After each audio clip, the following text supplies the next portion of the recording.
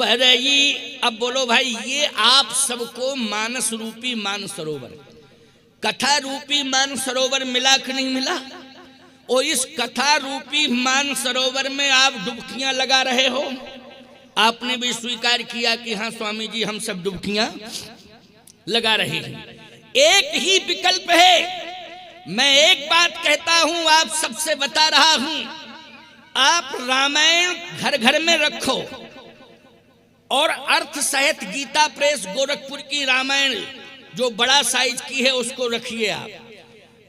आप नित्य जो है रामायण को पढ़ने के लिए 5-10 मिनट का समय निकालिए। आपको महाराज समय नहीं निकलता है, बहुत ही व्यस्त लाइफ है, समय निकलता ही नहीं। मैं एक बात कहता हूँ, बहुत से ऐसे लोग बैठे हैं जो सुबह सुबह जगते हैं, चाय और अखबार दोनों, अखबार पढ़ते हैं और चाय पीते हैं। बोलो पीते हैं कि चाय पीते हैं और अखबार पढ़ते हैं। चाय न मिलेगी तो घूमेंगे इधर उधर, और अखबार पढ़ने को नहीं मिलेगा तो इधर उधर घूमेंगे। अखबार क्यों नहीं आया?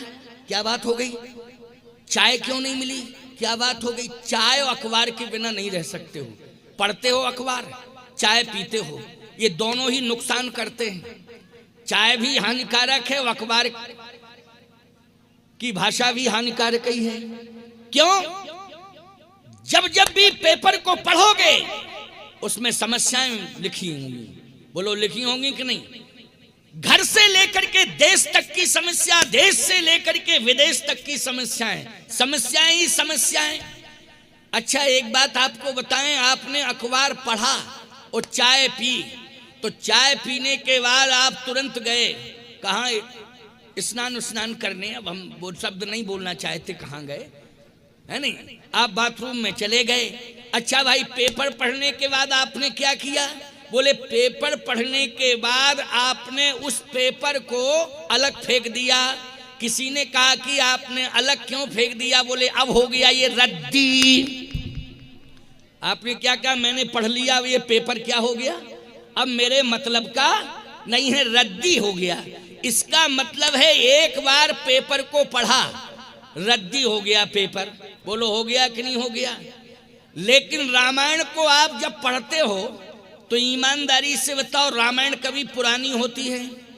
बोलो कोई माई का लाल बता दे कि ये कह दे कि कल तो पढ़ी थी, अब रामायण दूसरी लाओ, ये तो पुरानी हो गई। तुम्हारे दादा परदादा कई पीढ़ियों से बोलो रामायण पढ़ते आए कि नहीं पढ़ते आए? क्यों? आखिर कागज रामायण में भी है और कागज अखबार में भी है। खबरें अखबार में छपी हुई हैं, ऐतिहासिक खबरें, पौराणिक खबरें रामायण में छपी हुई हैं। बोलो है कि नहीं? लेकिन एक को पढ़ा आपने, वो रद्दी हो गया, और दूसरे को पढ़ा, उससे श्रद्धा उत्पन्न हो गई। बोलो हो गई उत्पन्न कि नहीं? कारण क्या है?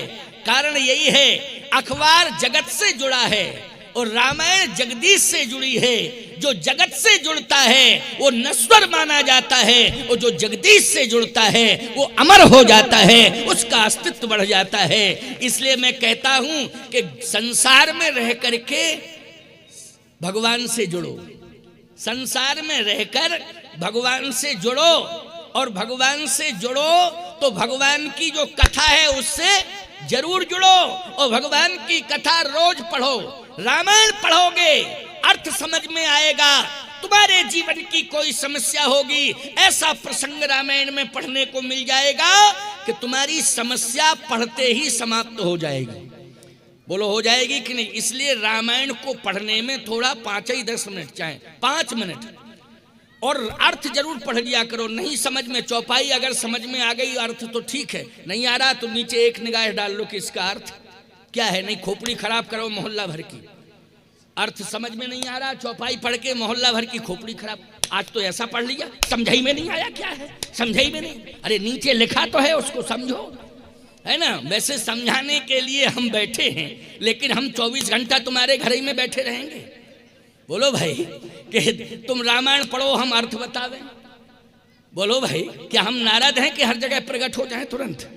भैया हम तो साल में एक बार आ सकते हैं और आपको समझा सकते हैं, बता सकते हैं, लेकिन इतनी बढ़िया व्यवस्था गीता प्रेस गोरखपुर ने दी है कि हर चौपाई के नीचे अर्थ है, हर दोहे के नीचे अर्थ है, हर छंद के नीचे अर्थ है। इसलिए अर्थ सहित रामायण पढ़ा करो। 5 मिनट का समय निकाल के ही रामायण पढ़ा करो, लेकिन हर घर में होना चाहिए, 2 होना चाहिए घर घर में। एक तो तुलसी कृत रामायण और दूसरा तुलसी दल। अगर तुलसी कृत तुलसी दल रहेगा तो तुम्हारी हर समस्या का समाधान होता रहेगा। तुलसी दल और तुलसी कृत 2 की विशेषता क्या है? कहे ताप हरत तुलसी जगत तम हर करत प्रकाश। ओ 2 तारण तरन है तुलसी तुलसी दास। बोले दोनों से ही कल्याण है, दोनों से ही उद्धार है। एक और महत्वपूर्ण बात सामने आई। क्या? भगवान शंकर ने कहा तुलसी रामचरित का विस्तार करो, तो तुलसीदास जी बालकांड से प्रारंभ किए रामायण और उत्तर कांड में पूर्ण कर दिए। कितने कांड बने बालकांड से लेके उत्तर कांड तक? 7। बोलो कितने बने? 7। ना 6 बने, ना 5 बने, ना 8 बने, ना 9 बने, 7 ही कांड बने। आपको महाराज ये 7 ही कांड क्यों बने? तुलसीदास जी 8वां कांड भी लिख सकते थे, 9वां कांड भी लिख सकते थे। अरे तुलसीदास जी महाराज ने केवल इतिहास ही नहीं लिखा है। तुम्हें लगता ये है कि ये रामायण कृति है, लेकिन ये कृति देखने में लग रही है, ये साक्षात प्रभु श्री राम की आकृति है, लेकिन कृति के रूप में प्रकट हो गई। ये रामायण जी की आकृति है। अच्छा, मानव की आकृति के 7 अंग प्रमुख होते हैं। 7, 8वां अंग नहीं, 9वां, 7 ही अंग प्रमुख हैं। और भगवान राम जब नारायण से नर बने तो वो 7 अंग उनके एक एक कांड एक एक अंग से जुड़ा है। संत तुलसीदास जी की परंपरा में नाभाजी महाराज हुए हैं। नाभाजी ने एक बहुत अच्छी बात लिखी, बाल कांड प्रभु पाए। जिस समय उन्होंने भगवान का दर्शन किया संत नाभाजी ने, राजस्थान में उनका जन्म हुआ था संत नाभाजी का, तो नाभादास जी ने जैसे ही भगवान का प्रत्यक्ष दर्शन किया तो कहा, ओहो धन्य है तुलसीदास जी महाराज, हम समझते थे ये कृति है, लेकिन ये तो प्रभु राम की आकृति है। रामायण रामायण पढ़ते पढ़ते राम प्रकट हो गए। नाभादास जी रामायण पढ़ रहे थे और रामायण पढ़ते पढ़ते रामायण में ही राम प्रकट हो गए। नाभादास जी को दर्शन देने लगे, श्री राम जी प्रकट हो गए। तो देखा क्या? बोले बालकांड प्रभु पाए। बोले बालकांड पढ़ रहा था, ये तो प्रभु के पैर हैं। बालकांड प्रभु पाए अयोध्या कटि मन मोहे। ओ उदर बनो आनंद हृदय किसकिंधा सोहे। सुंदर ग्रीव मुखार बिंद कहे लंका गायो। सुंदर ग्रीव मुखार बिंद कहे लंका गायो। रावण कुंभकर्ण घननादि आदि समायो। उत्तर मस्तक कांड है यही विधि तुलसीदास भन। आदि अंत लो जानिए यह रामायण श्री राम तन। ये रामायण तो श्री राम जी का ही तन है। एक एक कांड एक एक अंग का प्रतिनिधित्व कर रहा है, इसलिए 7 अंग हैं प्रमुख शरीर के, ऐसे ही 7 कांड हैं। ये भगवान का ही स्वरूप है। प्यारे, उत्तर कांड में एक महत्वपूर्ण बात, वो क्या? कांड तो सभी महत्वपूर्ण हैं, लेकिन उत्तर कांड में ही एक विशेषता है। वो विशेषता ये है कि उत्तरी कांड में रामराज हुआ। रामराज किस कांड में हुआ? उत्तर कांड में। अच्छा, राम का जन्म किस में हुआ? बोले बालकांड में। राम जी का विवाह किस कांड में हुआ? बोले बालकांड में। लेकिन राम जी का राज्याभिषेक किस कांड में हुआ? उत्तरकांड में। उत्तरकांड है जिंदगी की फलश्रुति, जीवन की फलश्रुति। ये फलश्रुति है। संपूर्ण जिंदगी में जितने भी प्रश्न हैं उन सभी प्रश्नों का उत्तर उत्तरकांड में है। पूरा उत्तरकांड पढ़ना, पूरा उत्तरकांड पढ़ना। जिंदगी में जितने भी तुम्हारे समस्याओं के पहाड़ खड़े हो गए हैं उन समस्याओं के पहाड़ों को ध्वस्त करने में उत्तरकांड बहुत बड़ा सहयोगी है। हर समस्या का समाधान उत्तरकांड पढ़ने से मिल जाएगा, लेकिन पढ़ना पड़ेगा तुम्हें उत्तरकांड। बालई कांड नहीं पढ़ पाते, उत्तरकांड कहाँ से पढ़ोगे? फुर्सत ही नहीं है। लोग कहते महाराज फुर्सत नहीं, क्या करें? हमने कहा भैया कभी कभी तो फुर्सत निकाल लिया करो। कहे रामायण पढ़ने की फुर्सत नहीं। हमने कहा एक बात बताओ, चाय पीने की फुर्सत? बोले वो तो निकालनी पड़ती है फुर्सत। हमने कहा भोजन करने की फुर्सत, खाना खाने की? बोले वो तो खाना के लिए फुर्सत निकालनी ना पड़ेगी। और बोले काम करने के, बोले कामों करने के लिए फुर्सत निकालनी पड़ती है। काम तो करना ही पड़ेगा महाराज, इसके लिए समय निकालना ही पड़ेगा। कहे काम करने के लिए समय निकालते हो, खाना खाने के लिए समय निकालते हो। मैं कहता हूं राम कथा सुनने के लिए फुर्सत क्यों नहीं मिलती? कहे महाराज व्यस्त लाइफ है, फुर्सत नहीं मिलती।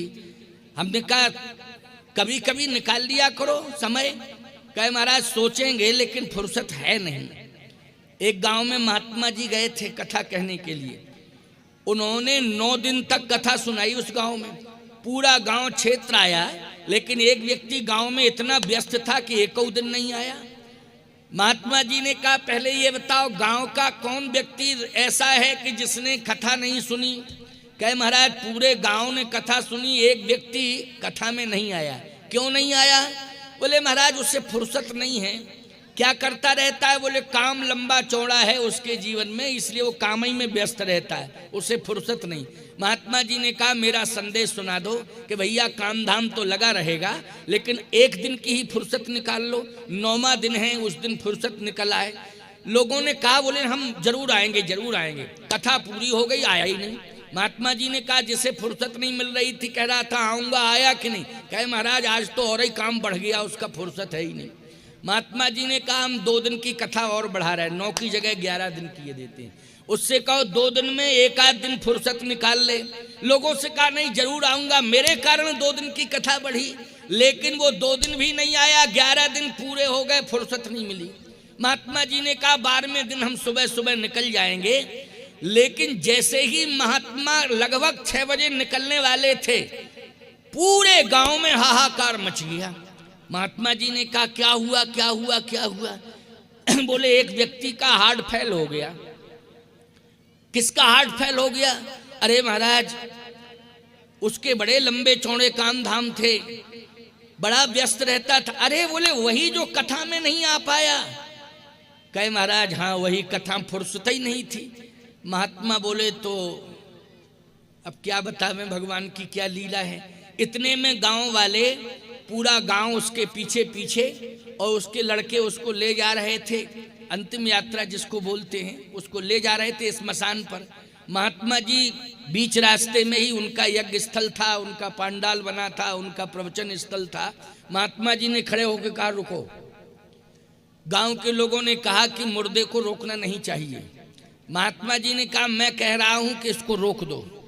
लोगों ने कहा कि महात्मा चमत्कारी है, हो सकता है कि प्राण फूंक दे, ताकत है, महात्मा है, इसलिए रोक दो। रोक दिया मुर्दे को। कहे इसको नीचे रख दो। कहे नीचे तभी रखा जाएगा जब कुछ चमत्कार हो। कहे रखो तो। रख दिया लोगों ने। अब महात्मा जी गए सो कान में लग के कुछ कहना शुरू किए। 15 मिनट हो गया। लोगों ने कहा न हिल रहा है न डुल रहा है मुर्दा, अगर कुछ मंत्र में ताकत है तो इसको जगाओ, इससे कुछ बुलवाओ, इसे चलाओ। महात्मा बोले डिस्टर्ब मत करो, हमें अपना काम करने दो, तुम बीच में क्यों बोल रहे हो फालतू के। लोगों ने कहा हल्ला मत करो, चमत्कार होने ही वाला है। महात्मा डांट रहा है, इसका मतलब है कि कुछ ना कुछ दमखम तो है ही है। अब महात्मा जो है कान में पता नहीं क्या कहे जाए। 1 घंटा हो गया। लोगों ने कहा 1 घंटे से क्या कर रहे हो? महात्मा जी बोले 11 दिन तक फुर्सत नहीं मिली, आज से फुर्सत मिली, कथा सुना रहे इसको। आज तो फुर्सत मिल गई, आज हम इसको कथा सुना रहे हैं। क्यों? तो कहने का मतलब ये है, जिंदगी जब तक रहेगी, जिंदगी जब तक रहेगी, फुर्सत न होगी काम से। ओ कुछ समय सा निकालो, प्रेम कर लो राम से।